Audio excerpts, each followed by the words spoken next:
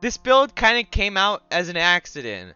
I was just trying to find a good build to use as SMG with from the Duality Dungeon that has Repulsive Brace and Demo. I was wondering how I could get more damage with this gun, because I was really struggling to get kills with it to get that Repulsive Brace activated. And what I came up with was the gyrfalcons.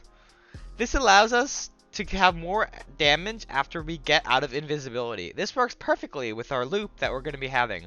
We're going to be weakening a bunch of grenades, staying invis at all times, getting an extra overshield for any pesky snipers, which will actually be being buffed next season. This comboed with 100% 40% resistance from our elemental wells with Well of Tenacity with Devour will become one of the most survivability builds I've ever done.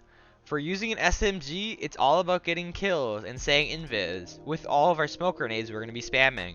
Because of our dodge cooldown time and how all my mods I set up with, we'll have infinite dodges with our smoke spam, which will allow us to be 100% invis. This is absurd and allowed me to come back in a bunch of horrible situations. This gameplay was taken from the Exodus crash a few weeks ago. I know this might not come around for a bit, but I really thought this was an intense boss room, which really showed off how I could survive and outplay a bunch of the enemies with this insane build. I can't wait to bring this to you, and I'm going to get onto the mods. It really meant a lot that you guys stopped by, and I can't wait for you to see this full build come together. Here you go, guys. For the first set of fragments, these are going to be used to increase our Devour and give us Devour and allow us to spawn orbs. This will come together, will allow us to weaken our enemies, headshot them, or multi-kill them from our other mods on our helmet. And then we'll be able to get the Orb of Power spawn, and then we'll be able to proc Devour. Our Devour will be improved because of the Echo of Persistence, and that will allow us to get our health back on each kill. Next, we're going to be going into the next part of the mods, which will be our invis part. We'll be using Stylus Execution and the normal smoke grenades. We are using the invis dodge, not the invis smoke, because our smoke grenade is going to be used as an offensive tool. And as we see in the mods, our smoke grenade is going to make our dodge have half of its cooldown because of the mods we're using on our arms. This will come together to allow us to always have smoke grenades, which will allow us to weaken the targets. And when we kill those targets, we'll get the previous Orb of Power if we headshot them, and we'll normally get the overshield from the SMG, and we'll get the invis.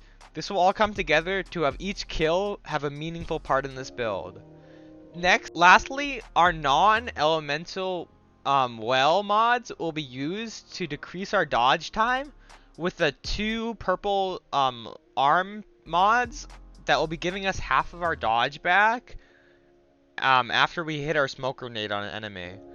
Then we'll be using everything else with our utility kickstarters and a bunch of mobility mods to be getting 100 mobility and a fast cooldown. With Well of Tenacity and Reaping Wellmaker, after dodging, the next kill of our SMG will give us a well that will give us 40% resistance for our 11-12 seconds, which is because I'm using the powerful friends, so I can get the extra 20 mobility.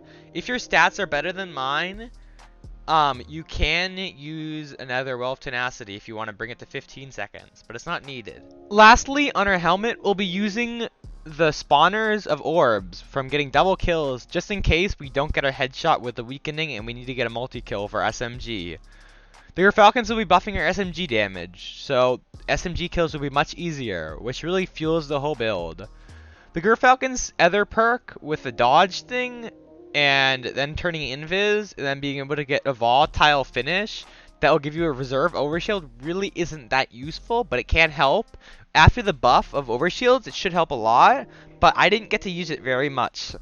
And that's really it for the mods. If you guys want more, or can't see the mods perfectly, or just want a little sheet of them, go to my dim link below. You'll be able to easily grab that and look at all the mods I'm using. That should make it easier for you guys to equip everything, and I hope you guys enjoy this video. It meant a lot that you guys stopped by, and if you have any questions or want something improved on the channel or want to add something to this video, just put a comment down below and I should be able to help you guys out.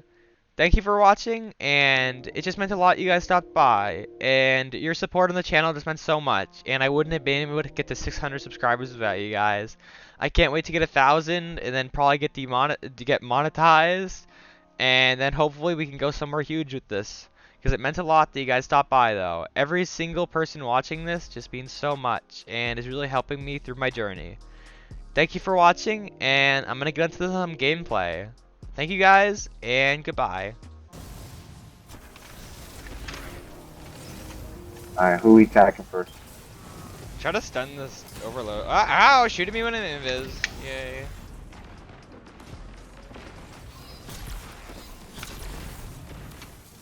Alright, I'm going for the left one first. Ow, ow, this really stings. Thanks. It's scary outside your backpack. I'm stunning this, and yeah. Alright.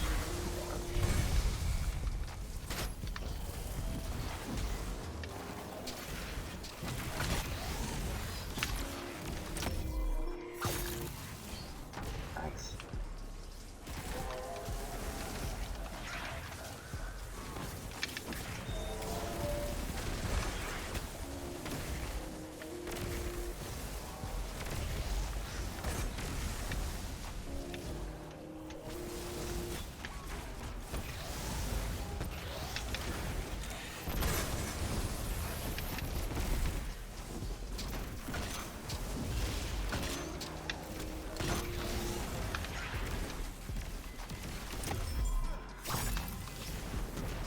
I got a reserve overshield. Ooh.